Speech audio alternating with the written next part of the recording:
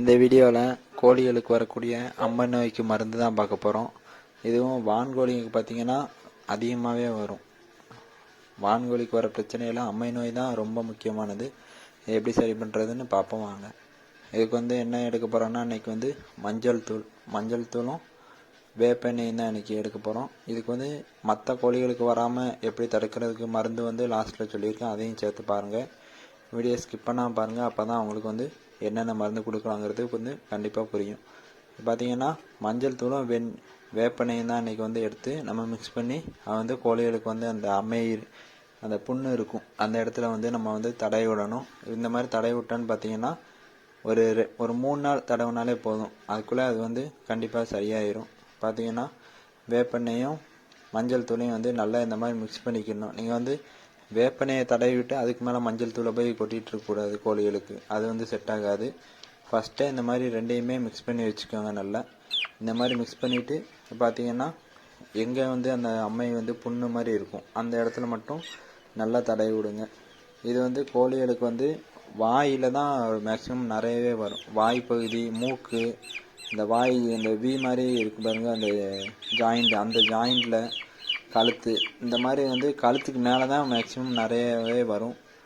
அந்த இடத்துல பார்த்திங்கன்னா ஒரு மாதிரி சின்னதாக புண்ணு மாதிரி இருக்கும். உங்களுக்கு பார்த்தாலே தெரியும் டிஃப்ரெண்ட்டு. நல்லா இருக்க கோழிக்கும் இந்த மாதிரி அம்மை வந்த கோழிக்கும் எப்படி இருக்குன்னு உங்களுக்கு பார்த்தாலே தெரியும். இந்த கோழி பார்த்திங்கன்னா வான்கோழி காலை குத்திக்கிட்டே இருந்துச்சு. அது மற்ற கோழியும் சேர்ந்து கொத்தி அது புண்ணாவே ஆகிட்டு. அதுக்கும் இப்போ ஸ்ப்ரே அடிக்க போகிறோம். இது என்னென்னா டாபிக் ஸ்ப்ரே. இது எதுக்கெலாம் யூஸ் பண்ணலாம் நம்ம ஒரு ஷார்ட்ஸ் போட்டிருக்கோம், உங்களுக்கு டைம் இருந்தால் அதையும் போய் பாருங்கள். இந்த புண்ணு இருக்க இடத்துல இந்த ஸ்ப்ரேயும் அடிக்கலாம். உங்களுக்கு எண்ணெயும் மஞ்சள் தூளும் கலக்கி போட்டுட்ருக்கணும் அப்படின்னு நினச்சிங்கன்னா இந்த மாதிரி ஸ்ப்ரே பண்ணி விடுங்க. இதுவும் நல்லாவே கேட்கும். இதுவும் 2 நாள் அடித்தாலே போதும், 3ஆவது நாள் நீங்கள் அடிக்கணும் கூட தேவையில்லை, அதுவே அப்படியே சரியாயிடும். இது கண்ணிலலாம் பட்டால் எதுவுமே ஆகுமா, அந்த மாதிரி கண் எரிச்சல் இருக்குமான்னு கேட்டால் கண்டிப்பாகவே ஒரு எரிச்சலும் இருக்காது, எதுவுமே இருக்காது. இது தாராளமாக கண்ணில் பட்டால் கூட அந்த ஸ்ப்ரே பண்ணுற எஃபெக்ட் தான் இருக்குமே தவிர மற்றபடி கண் எரிச்சல் அந்த மாதிரி எதுவுமே இருக்காது. அதனால் நீங்கள் தாராளமாக இது யூஸ் பண்ணலாம். இது பார்த்திங்கன்னா உடம்புலேயே இருக்கும் வான்கோழிக்கு. சில டைம் இந்த ரெக்கை கீழ் பகுதியில் அந்த ஹீட்டாக இருக்கனால அங்கேயுமே இருக்கும், அதனால் அங்கேயும் இருக்கான்னு பார்த்துக்கோங்க. அதே மாதிரி வாய்ப்பகுதி, இந்த பாருங்கள், வாய்ப்பகுதியில் தான் மெயினாகவே வரும். வாயும் இந்த மூக்கும் இந்த பகுதியில் மட்டும்தான் இது அம்மை நிறையவே வரும். இந்த ஸ்ப்ரேயோட ரேட்டு பார்த்திங்கன்னா 160 ரூபா 150 ரூபா அந்த மாதிரி தான் இருக்கும். இதோட யூஸ் நிறையவே இருக்கும். ஒரு பண்ணை நீங்கள் வச்சுருந்தீங்கன்னா அந்த ஸ்ப்ரே இல்லாமல் பண்ணை நடத்தவே முடியாது. அதனால் கண்டிப்பாக அந்த ஸ்ப்ரே வாங்கி வச்சுக்கோங்க, உங்களுக்கு எல்லாத்துக்குமே யூஸ் ஆகும். இது எல்லா மிருகங்கள், ஆடு, மாடு, முயல், கோழி எல்லாத்துக்குமே இந்த ஸ்ப்ரே புண்ணு வந்தால் யூஸ் பண்ணலாம். இப்போ அடுத்து என்ன பார்க்க போகிறோம்னா தண்ணியில் என்ன கலந்து வைக்க போகிறோம்னு தான் பார்க்க போகிறோம். இது பார்த்திங்கன்னா டெட்ராசைக்ளின் பவுட்ரு. இது எல்லாருக்குமே தெரியும், கண்டிப்பாக நம்ம எல்லாருமே பண்ண வச்சுருக்கோம், யூஸ் பண்ணியிருப்போம்.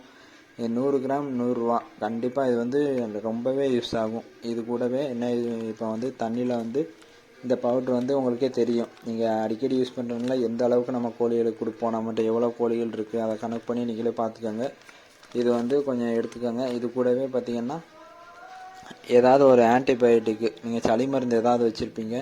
நம்ம இன்றைக்கி என்ட்ரோஃப்ளாக்சின் தான் எடுக்க போகிறோம், ப்ரோமெக்சின். இது ஒரு 50 கோழி இருக்குது நம்மகிட்ட, அதை கணக்கு பண்ணி ஒரு 5 ml, உங்கள்கிட்ட 50 கோழி இருந்தால் ஒரு 5 ml 6 ml, அதோட சைஸை பொறுத்தும் அதோட ஏஜை பொறுத்தும் நீங்கள் கொடுத்துக்கோங்க.